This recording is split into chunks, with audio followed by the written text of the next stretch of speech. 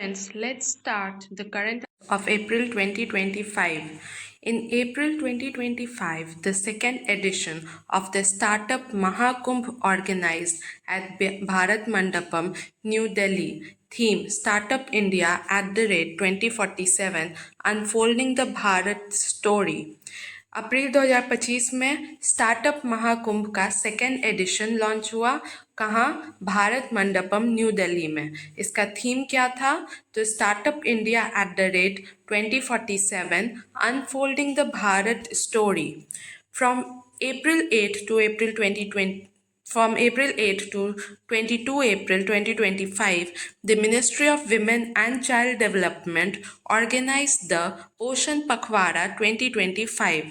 The main objective of this initiative was to spread awareness about nutrition. 8 अप्रैल से 22 अप्रैल 2025 को पोषण पखवाड़ा 2025 ऑर्गेनाइज किया गया। किसके द्वारा? Ministry of women and child development के द्वारा। इसका मेन ऑब्जेक्टिव था न्यूट्रिशन के बारे में अवेयरनेस स्प्रेड करना। On April 22, Earth Day, the Save the Earth conference related to reducing climate change organized in New Delhi. 22 अप्रैल को अर्थ डे मनाते हैं। इसी में सेव द अर्थ कॉन्फ्रेंस कहाँ ऑर्गेनाइज हुआ? न्यू दिल्ली में। क्यों? तो reducing climate change. You-Win platform, a digital platform launched by the Government of India, Ministry of Health, objective to monitor the stock of anti-rabies vaccines and anti-venom for snake bites. You-Win platform क्या है? तो यह ऐसा platform है जिससे snake bites के लिए anti venom और एंटी रेबीज वैक्सीन्स को के स्टॉक को मॉनिटर किया जाएगा। किसके द्वारा लॉन्च किया गया है?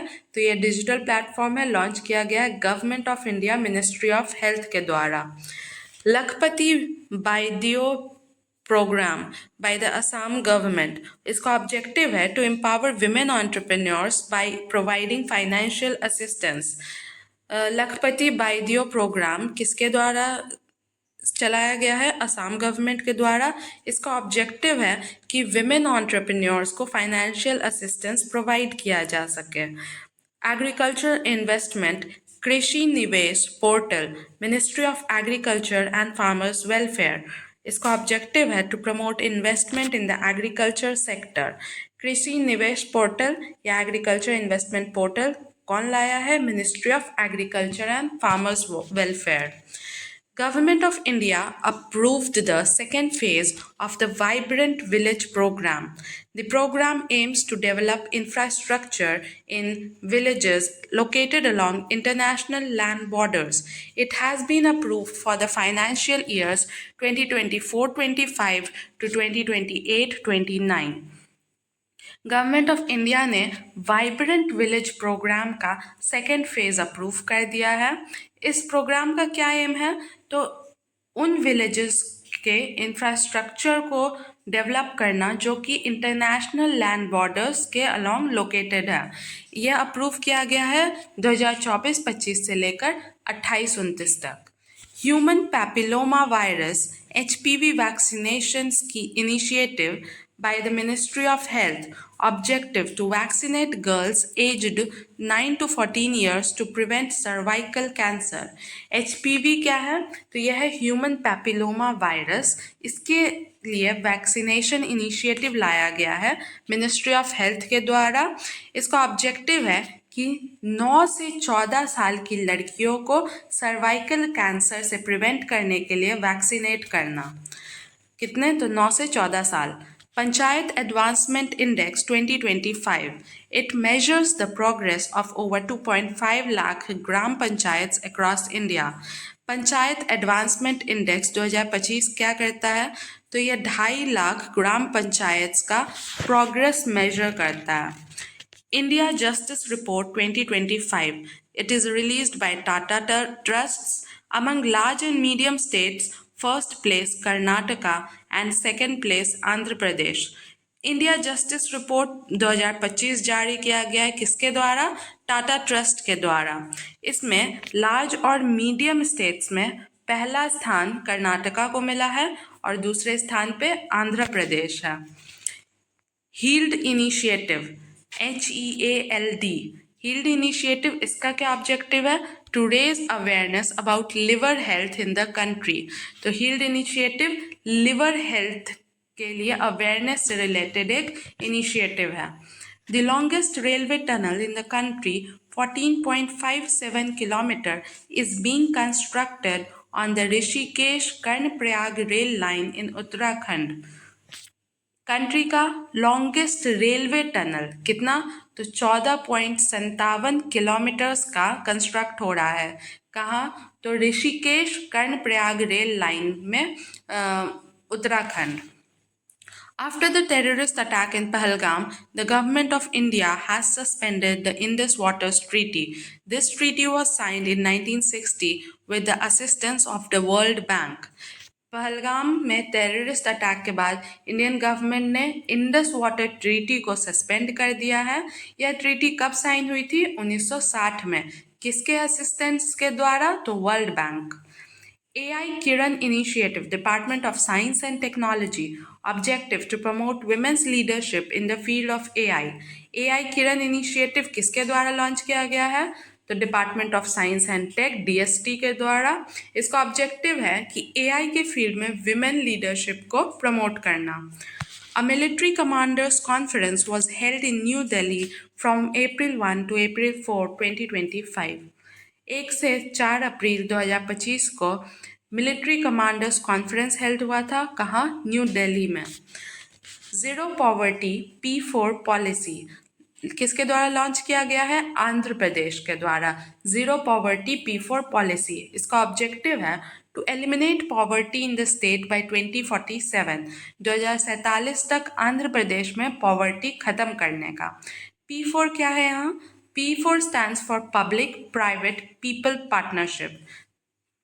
The Haryana government has officially declared two Harappan archaeological sites, Mitathal and Tigrana in Bhiwani district, as protected monuments।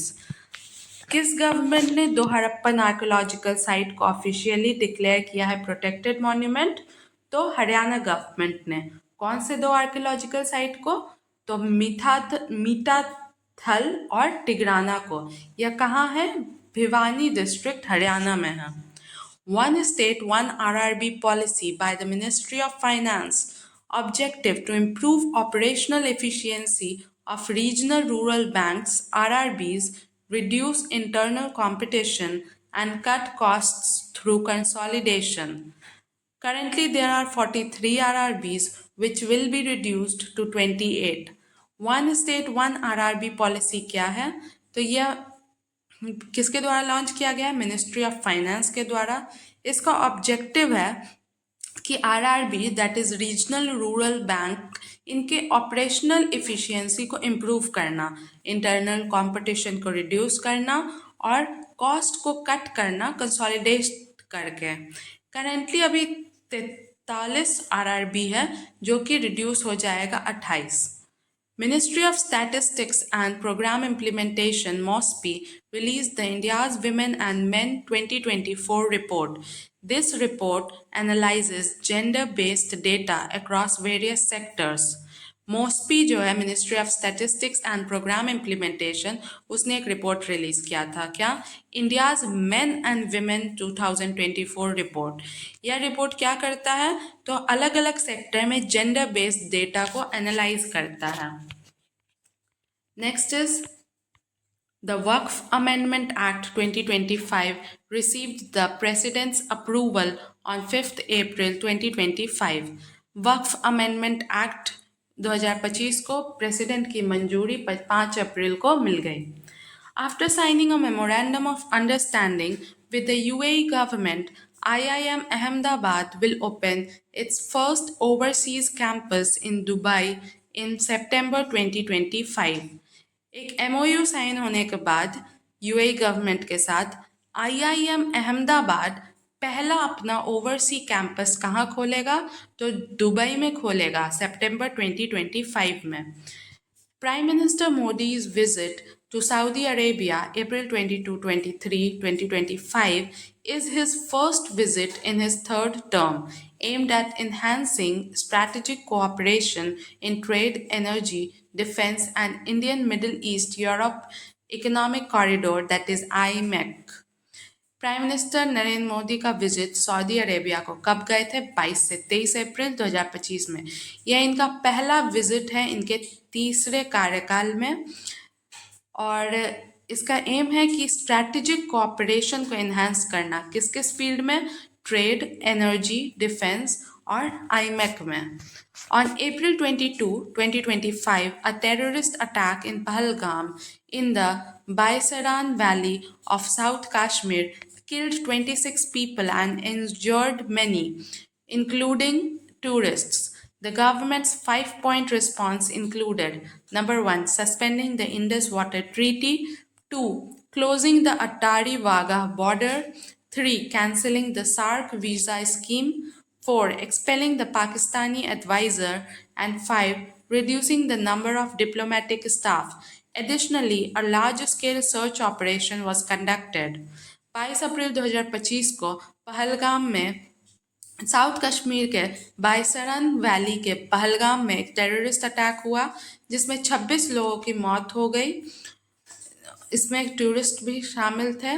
Government ने इसके रिस्पांस में 5-पॉइंट रिस्पांस लिया है, जिसमें पहला इंडस वाटर ट्रीटी को सस्पेंड करना, दूसरा अट्टारी वाघा बॉर्डर को क्लोज करना, तीसरा सार्क वीज़ा स्कीम को कैंसिल करना, चौथा पाकिस्तानी एडवाइज़र को एक्सपेल करना, पांचवा डिप्लोमेटिक स्टाफ को कम करना और एक लार्ज स्केल सर्च ऑपरेशन को भी कंडक्ट किया गया। US Vice President J.D. Vance arrived at Palam Airport on April 21, 2025 for his first official visit to India, where he has been welcomed by Ashwini Vaishnav. The 4-day visit played a key role in strengthening India-US strategic relations in trade, defense, and economics, including a meeting with PM Modi on April 21 and cultural tours of Jaipur and Agra. US vice president कौन? JD वांस कहाँ आए?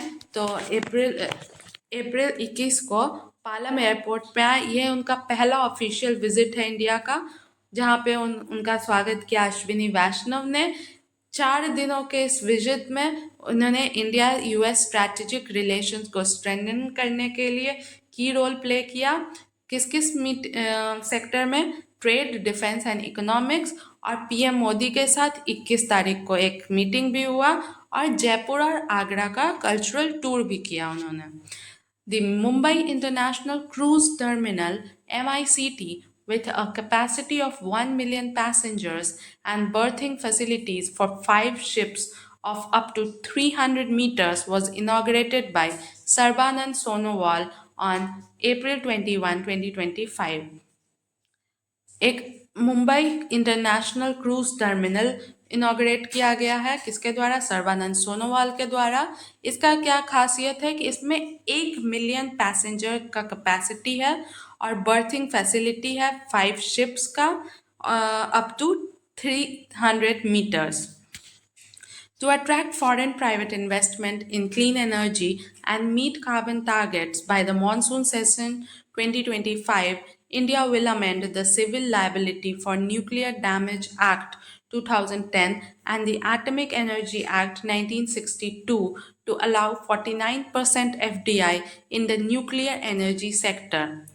Clean energy में investment को attract करने के लिए, foreign या प्राइवेट इन्वेस्टमेंट को अट्रैक्ट करने के लिए और कार्बन टारगेट को मीट करने के लिए, कब तक? तो मानसून सेशन तक मीट करने के लिए इंडिया जो है 2 एक्ट्स में अमेंडमेंट करेगा। कौन कौन सा 2 एक्ट? पहला है civil liability for nuclear damage act, ये कब साइन हुआ था? 2010 में आया था। और दूसरा है एटॉमिक एनर्जी एक्ट, यह कब आया था? 1962 में आया था।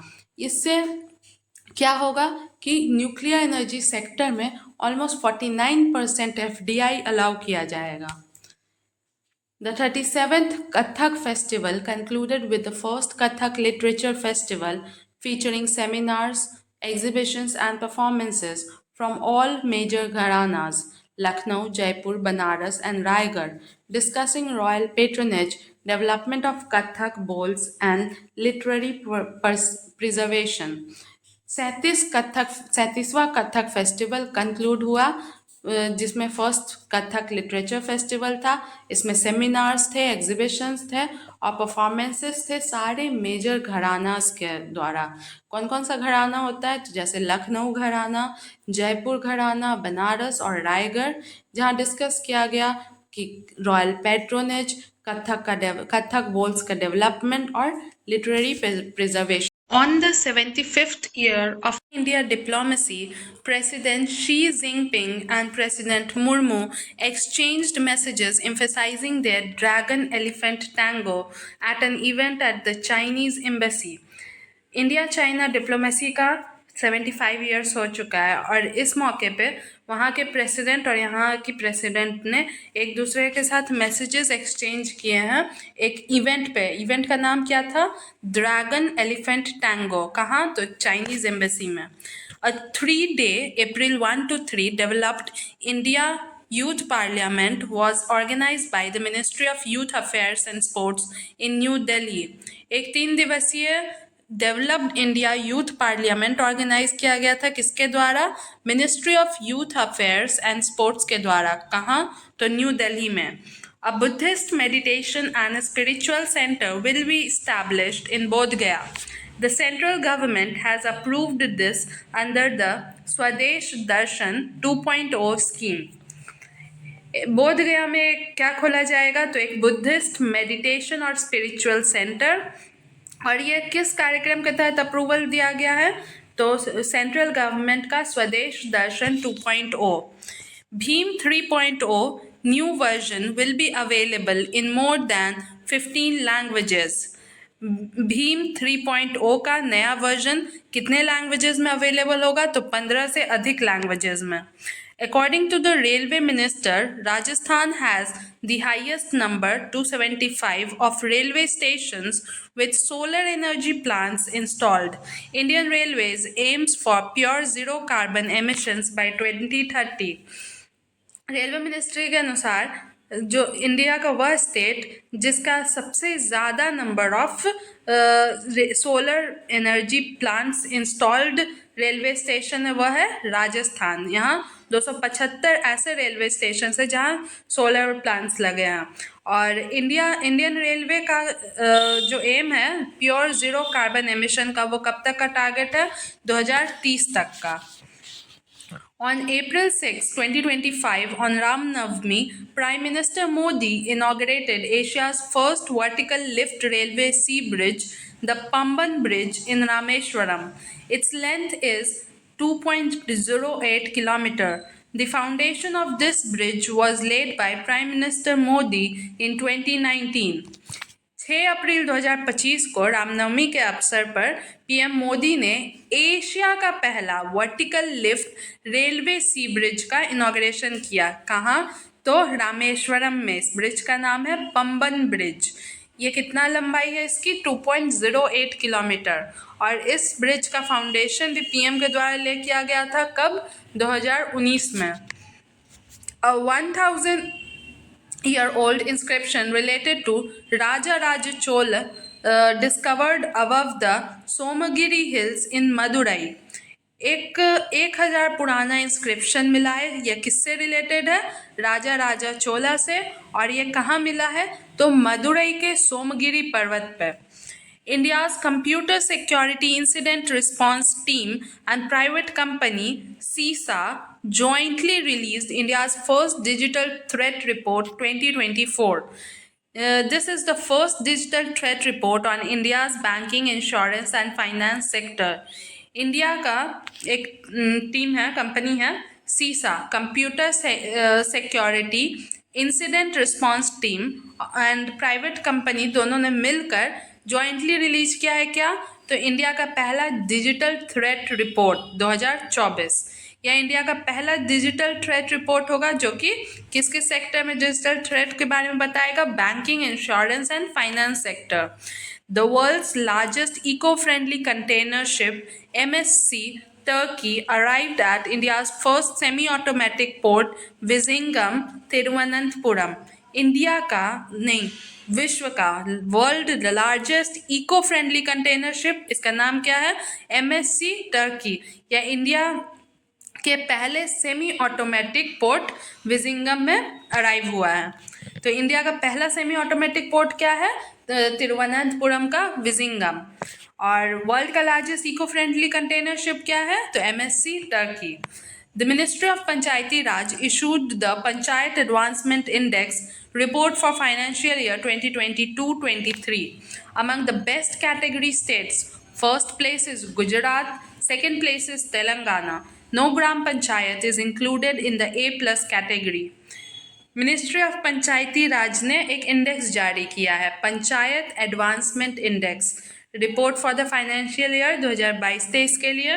इसमें जो बेस्ट कैटेगरी के स्टेट हैं उसमें पहला है गुजरात और सेकंड है तेलंगाना का, लेकिन किसी भी ग्राम पंचायत को A+ कैटेगरी में इंक्लूड नहीं किया गया है।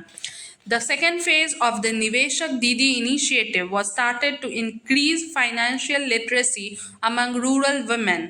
This initiative was started jointly by the Investor Education and Protection Fund Authority and India Post Payment Bank.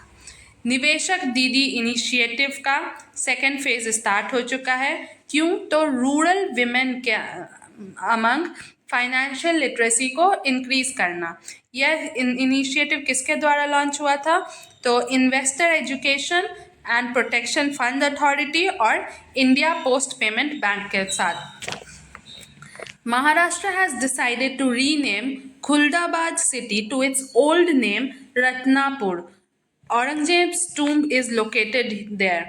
Maharashtra ने डिसाइड किया है कि खुल्दाबाद सिटी को उसके पुराने नाम पे ही नामकरण किया जाए। पुराना नाम क्या था? रत्नापुर। यह क्यों इम्पोर्टेंट है? क्योंकि यहाँ पे औरंगजेब का टूम्ब लोकेटेड है। The Parliamentary Standing Committee on Rural Development and Panchayati Raj recommended increasing work days under MG Narega law from 100 to 150 days and fixing daily wage at a minimum of rupees 400. Parliamentary Standing Committee on Rural Development and पंचायती राज ने recommend किया है क्या? कि MG NREGA के अंदर 100 दिन का जो रोजगार मिलता था उसको बढ़ाकर 150 दिन का कर दिया जाए और डेली वेज को फिक्स कर दिया जाए मिनिमम 400 रुपये का। The Haryana government and the State School Education Board decided to implement the trilingual formula in all affiliated government and private schools for classes 9 and 10. The Haryana government announced 20% reservation for Agniveers in police recruitment. Haryana government ने और state school board education ने decide किया है कि 3 language formula को सारे government और private schools में इम्प्लीमेंट कर दिया जाएगा क्लास 9th और 10th में। हरियाणा गवर्नमेंट ने एक और अनाउंसमेंट किया है कि पुलिस रिक्रूटमेंट में अग्निवीर्स को 20% का रिजर्वेशन दिया जाएगा।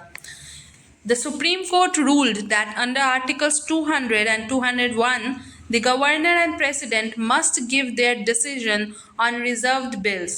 If a bill returned by the Governor for reconsideration is passed again by the legislature, the Governor must give assent within 1 month.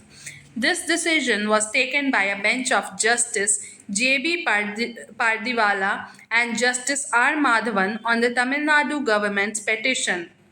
हाल ही में केस हुआ था, तमिलनाडु गवर्नमेंट ने पेटिशन डाला था सुप्रीम कोर्ट में गवर्नर के बिल असेंट करने को लेकर। गवर्नर बिल असेंट नहीं कर रहा था, तो इसी पे सुप्रीम कोर्ट का जजमेंट आया है कि आर्टिकल 200 और 201 के तहत गवर्नर और प्रेसिडेंट को अपना डिसीजन देना ही पड़ेगा reserved bill pay.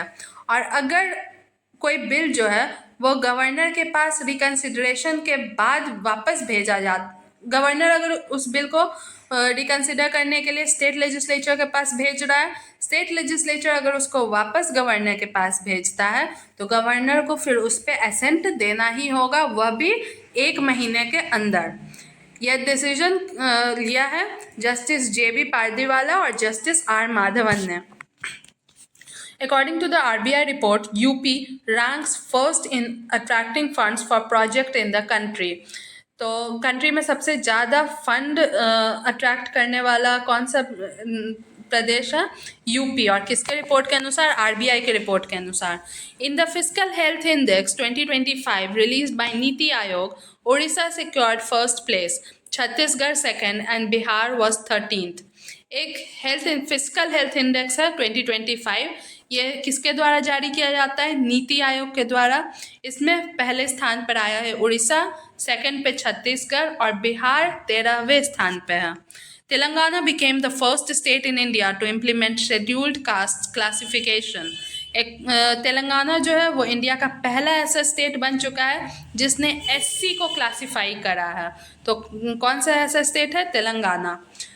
According to the report of the Ministry of Statistics and Program Implementation, Bihar has the highest representation of women in assemblies and panchayats in the country।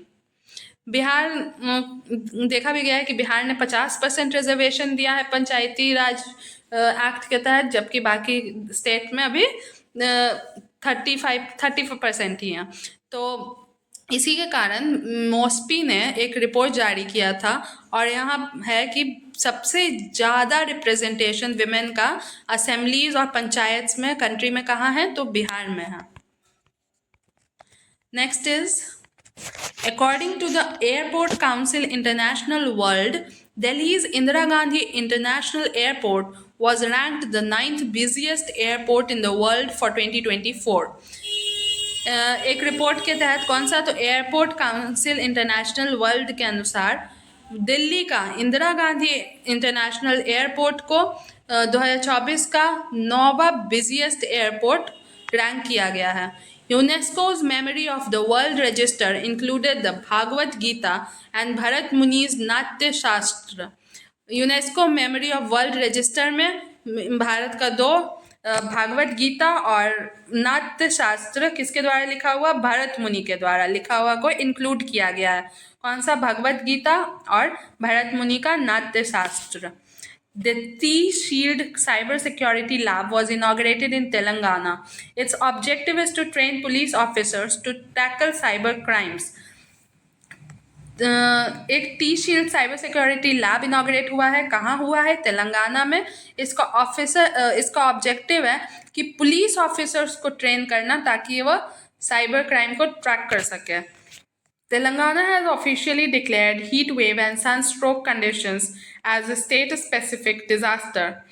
Heat wave और sunstroke condition को officially state specific disaster कौन से state ने declare किया है? तेलंगाना ने। In Tilwara साकीन Baghpat district of UP 4,000-year-old chalcolithic artifacts were found, including copper items, earthen pots, beads, and geometric patterns engraved on a large square copper piece। UP के Baghpat district में के तिलवारा सकीन में एक 4,000 साल पुराना चैल्कोलिथिक आर्टिफैक्ट फाउंड हुआ है। इसमें कॉपर के आइटम्स है, अर्दन पॉट्स है, बीड्स है और ज्योमेट्रिक पैटर्न्स इनग्रेव्ड है एक लार्ज स्क्वायर कॉपर पीस पर। The Indian spices research institute introduced a new variety of turmeric called IISR Surya. IISR Surya क्या है? तो ये एक हल्दी का नया वैरायटी है। इसे किसने इंट्रोड्यूस किया है? The Indian spices research institute ने। IISR Surya. The ministry of textiles organised special handloom expo in Noida. एक स्पेशल हैंडलूम एक्सपो ऑर्गेनाइज किया गया था किसके द्वारा? मिनिस्ट्री ऑफ टेक्सटाइल के द्वारा। कहाँ? नोएडा में। The Center for Joint Warfare Studies in collaboration with Pentagon Press organized the second Defense Literature Festival Kalam aur Kavach 2.0 in New Delhi। New Delhi में सेकेंड डिफेंस लिटरेचर फेस्टिवल, इसका नाम क्या था? कलम और कवच 2.0। ये कहाँ ऑर्गेनाइज हुआ? न्यू दिल्ली में। किसके द्वारा? तो centre for joint warfare studies ने ऑर्गेनाइज किया। किसके साथ कोलैबोरेट करके? तो पेंटागन प्रेस के साथ collaborate. Kerala, the first Indian state to achieve full digital literacy। This historic achievement is credited to the Kerala program run by the local self government department. The initiative started in 2022 and aims to provide digital literacy to all residents.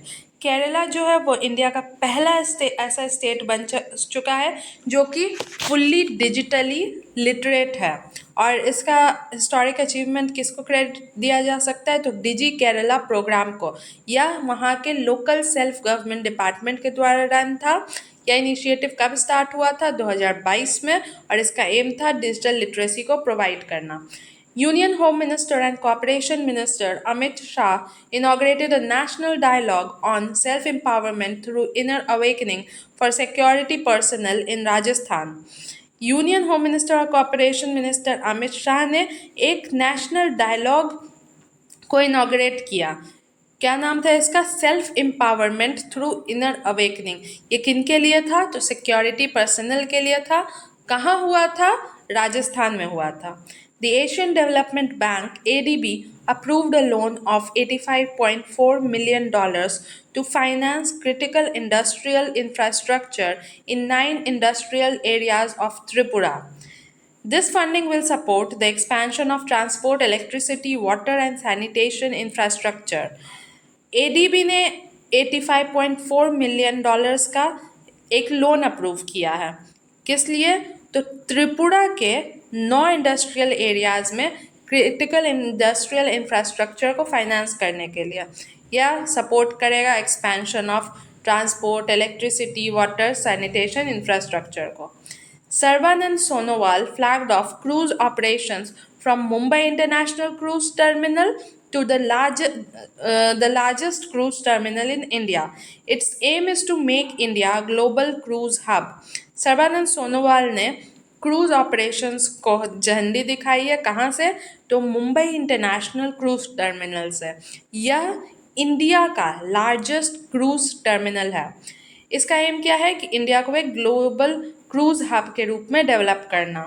Anil Malik, Secretary of the Ministry of Women and Child Development, awarded the Prime Minister's Award for Excellence in Public Administration Innovation category for the Nutrition Tracker app. The main focus area is the ground level implementation of nutritional diet. तो nutrition tracker app को मिला है innovation category में prime minister award for excellence in public administration. और ये किनको मिला है, तो Anil Malik, secretary of the ministry of women and child development को। इसका मेन फोकस क्या था न्यूट्रिशन ट्रैकर ऐप का, कि ग्राउंड लेवल इम्प्लीमेंटेशन बताता है न्यूट्रिशनल डाइट्स का। The Ministry of Skill Development and Entrepreneurship and Microsoft signed a memorandum of understanding to help women start careers in AI. Ministry of Skill Development और Entrepreneurship ने किसके साथ मिलकर, Microsoft के साथ मिलकर एक MOU साइन किया है, ताकि विमेन कैसे अपना करियर स्टार्ट करे AI में, उसके बारे में। An international 2-day Buddhist conference of the International Buddhist Confederation organized in Namsai district of Arunachal Pradesh. Theme Buddha Dham and the Culture of Northeast India. एक इंटरनेशनल 2-day बुद्धिस्ट कॉन्फ्रेंस हुआ था international Buddhist confederation का। कहाँ, तो अरुणाचल प्रदेश के Namsai district में। इसका theme था बुद्ध धम्म और culture of north east India. Next is the conference called for the development of Buddhist tourism circuits in the state and emphasized the importance of recently celebrated Buddhist festivals like the Songpa Water Festival. Songpa Festival is celebrated by the Khamti community in Namsai, Changlang and Itanagar. ये जो conference था Buddhist conference, यह इसका main M था कि Buddhist tourism circuit का development करना state में, और जो रिसेंटली सेलिब्रेटेड बुद्धिस्ट फेस्टिवल था सोंगपा वाटर फेस्टिवल, उसके इम्पोर्टेंस को एम्फेसाइज करना। सोंगपा फेस्टिवल किस कम्युनिटी के द्वारा सेलिब्रेट किया गया जाता है, खमती कम्युनिटी के द्वारा। और कहाँ, तो नामसाई, चांगलांग और ईटानगर में। On April 24, 2025, on the occasion of National Panchayati Raj Day, Prime Minister Narendra Modi inaugurated development works worth over 13,480 crore in Madhubani, Bihar. Bihar के लिए इम्पोर्टेंट है कि 24 अप्रैल को नेशनल पंचायती राज डे मनाया जाता है। इसी दिन प्राइम मिनिस्टर मोदी ने इनॉग्रेट किया क्या, तो बिहार के मधुबनी में 13,480 करोड़ का project. On April 24, 2025, Union Minister JP Nadda virtually launched the National Measles Rubella Elimination Campaign 2025-26 on the first day of World Immunization Week, April 24 to 30। World immunisation week कब से कब तक मनाया जाता है, तो 24 अप्रैल से 30 अप्रैल। इसके पहले दिन, इसका मतलब 24 अप्रैल को यूनियन मिनिस्टर जेपी नड्डा ने वर्चुअली लॉन्च किया एक कैंपेन। इस कैंपेन का नाम था national measles rubella elimination campaign 2025-26। AIIMS Raipur successfully performed its first kidney swap transplant, becoming the first among new AIIMS institutions and the first government hospital in Chhattisgarh to successfully perform this procedure। AIIMS Raipur जो है वो पहला kidney swap transplant अपना perform किया था successfully, और ऐसा करने वाला यह पहला नया एम्स में का पहला इंस्टीट्यूशन बन जाता है और छत्तीसगढ़ का पहला गवर्नमेंट हॉस्पिटल बन जाता है जिसने यह प्रोसीजर सक्सेसफुली परफॉर्म किया है। कौन सा है? AIIMS Raipur. The Ministry of Education granted deemed to be university status to the Film and Television Institute of India in Pune and the Satyajit Ray Film and Television Institute in Kolkata। This will allow both institutes to award degrees and start doctoral program।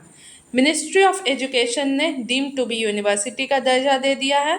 कौन सी दो universities को? तो पुणे के film and television institute of India को और कोलकाता के सत्यजीत रे film and television institute को। इससे ये इंस्टीट्यूट अब डिग्रीज अवार्ड कर सकेंगे एंड डॉक्टोरल प्रोग्राम्स चला सकेंगे। The book title the Indian parliament संविधान सदन टू संसद भवन। This book was authored by former Additional Secretary of the Lok Sabha Secretariat, Devinder Singh। It suggests that Parliament should hold meeting for at least 100 days a year। एक book आया है the Indian parliament संविधान सदन to संसद भवन। यह book किनके द्वारा लिखा गया है? तो former additional secretary of the Lok Sabha secretariat Devendra Singh ji के द्वारा, और इसे यह सजेस्ट करता है कि पार्लियामेंट का मीटिंग कम से कम साल में 100 दिन हो। Kerala is the first Indian state to launch the country's first AI school. India का पहला AI स्कूल लॉन्च करने वाला स्टेट कौन बन गया है? केरला। अंडर ऑपरेशन संकल्प Chhattisgarh security forces killed 22 Naxals in the forests of Bijapur district Chhattisgarh. Operation संकल्प किससे रिलेटेड है? तो ये नक्सलाइट से रिलेटेड है। ऑपरेशन संकल्प के तहत छत्तीसगढ़ सिक्योरिटी फोर्सेस ने 22 नक्सल्स को मार दिया। कहाँ? तो बीजापुर डिस्ट्रिक्ट छत्तीसगढ़ में। The Delhi government announced cloud seeding at a cost of rupees 3.21 crore in collaboration with IIT Delhi।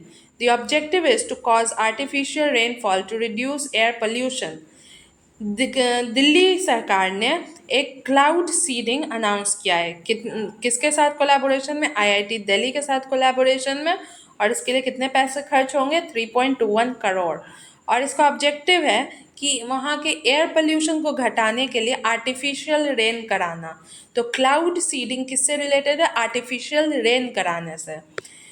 The CBI busted a SIM card fraud racket in 8 states under Operation Chakra V। चक्र V operation किससे related है? तो SIM card fraud से, जो कि CBI के द्वारा चलाया गया है।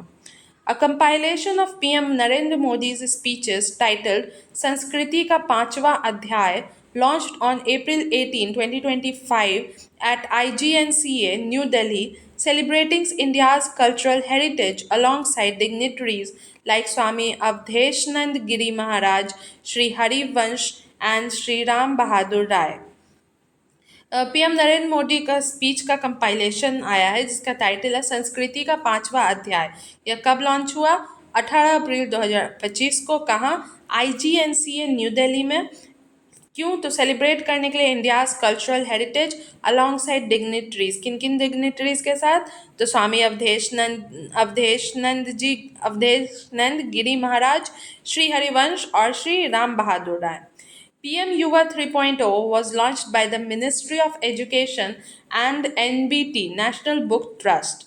Its objective is to train young and emerging writers under 30 years of age. To prevent युवा 3.0 किसके द्वारा लॉन्च किया गया था? मिनिस्ट्री ऑफ एजुकेशन और नेशनल बुक ट्रस्ट के द्वारा। इसका ऑब्जेक्टिव है कि यंग और इमर्जिंग राइटर्स जो कि 30 साल के अंदर हो उनको ट्रेन करना। To prevent smuggling of Indian antiques, India signed a Cultural Property Agreement (CPA) with the USA. Indian antiques का स्मगलिंग रोकने के लिए इंडिया ने यूएसए के साथ क्या साइन किया है? तो cultural property agreement. Gujarat state launched the G-Safal initiative focused on economic self-reliance and women empowerment for the upliftment of Antyodaya families. Gujarat state ने क्या लॉन्च किया है? एक जी सफल इनिशिएटिव। ये किससे रिलेटेड है? तो इकोनॉमिक सेल्फ रिलायंस और विमेन एम्पावरमेंट और अंत्योदय फैमिलीज के अपलिफ्टमेंट के लिए जी सफल initiative Gujarat government. Ishita Bhargav from Jabalpur became India's first woman to obtain an electronic personal license (EPL). India became the second country in the world to launch this EPL system. EPL electronic personal licence प्राप्त करने वाली India की पहली महिला बन गई हैं जबलपुर की इशिता भार्गव। इंडिया जो है दूसरा देश बन चुका है विश्व में जिसने यह EPL सिस्टम लॉन्च करा है। Country's first marine glass bridge arch type built on the Kanyakumari coast, Tamil Nadu. This bridge is 77 meters long and 10 meters wide, inaugurated by Tamil Nadu Chief Minister M.K. Stalin. India का पहला marine glass bridge arch type का कहाँ built हुआ है? तो तमिलनाडु के Kanyakumari coast में। यह ब्रिज 77 मीटर लॉन्ग है और 10 मीटर वाइड है और यह किसके द्वारा इनॉग्रेट हुआ था? तमिलनाडु के चीफ मिनिस्टर M.K. स्टालिन के साथ द्वारा।